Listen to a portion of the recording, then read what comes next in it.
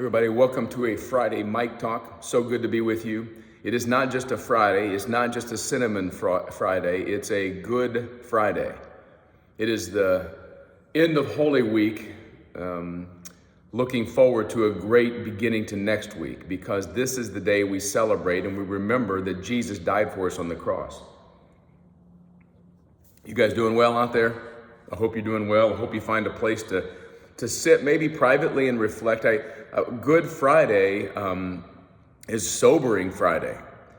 It's a realization. If you take any time at all today to think about Jesus dying for you on the cross, it's very sobering, and it's almost weird to call it a Good Friday, because as you reflect, you think of all that went on that Friday in the life of Jesus Christ.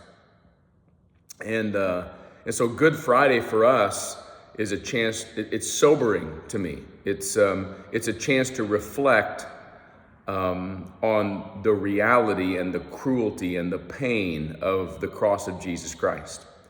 And so today, that's what I want us to just focus on. Of course, we've got some cool stuff.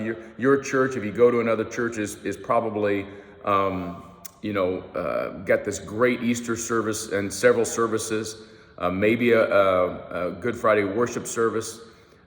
Here at Song and Sword, we are planning on 2 sunrise services at 6:30 and 7:30. Again, if you didn't get signed up for that, I'm sorry you can't come. We're at max capacity here.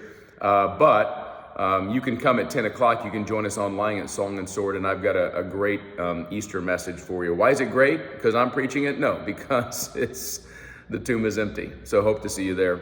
Invite a friend, please. But today I want to reflect on this Good Friday. From the perspective of Paul. Paul gives a spiritual, a cosmic perspective on what took place on the cross of Jesus Christ. You know the story. You know that he was led to the hill, that he was nailed to the cross, his hands literally nailed, his feet nailed to the cross, crown of thorns on his head. Eventually a spear would be put into his heart, and blood and water would come out. And Jesus died. His blood was poured out. His body was broken. And that's what we remember in communion. But what was the significance? Was it just another good, innocent guy who was treated wrong and got hung on a cross? No. The Apostle Paul, and I'll pick up in verse 13 of Colossians chapter 2. Colossians 2:13. Hopefully you got your Bibles. And you, who were dead in the trespasses and the uncircumcision of your flesh, God made alive together with him, having forgiven us all our trespasses, by canceling the record of debt that stood against us with its legal demands. This he set aside, nailing it to the cross. He disarmed the rulers, the authorities, and put them to open shame by triumphing over them in him. This he set aside. What did he set aside? The record of our debt and all of our trespasses. What did Jesus do with all the things I've done in my life that are wrong? What did Jesus do with all of the trespasses that stood against you because you were not perfect in God's sight?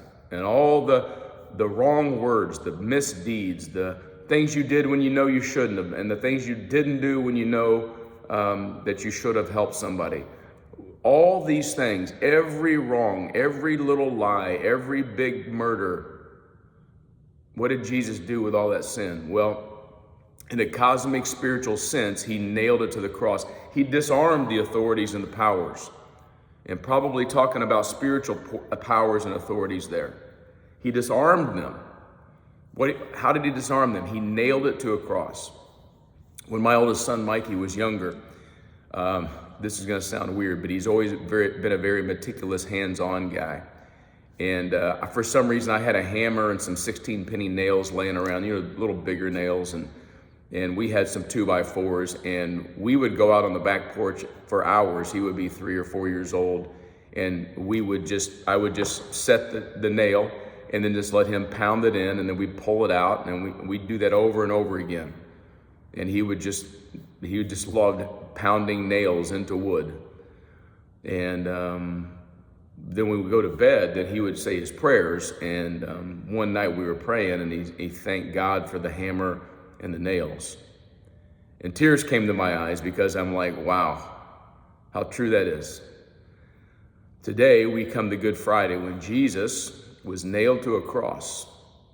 But what was really nailed to a cross with hammer and nails were my sins and my transgressions, along with yours.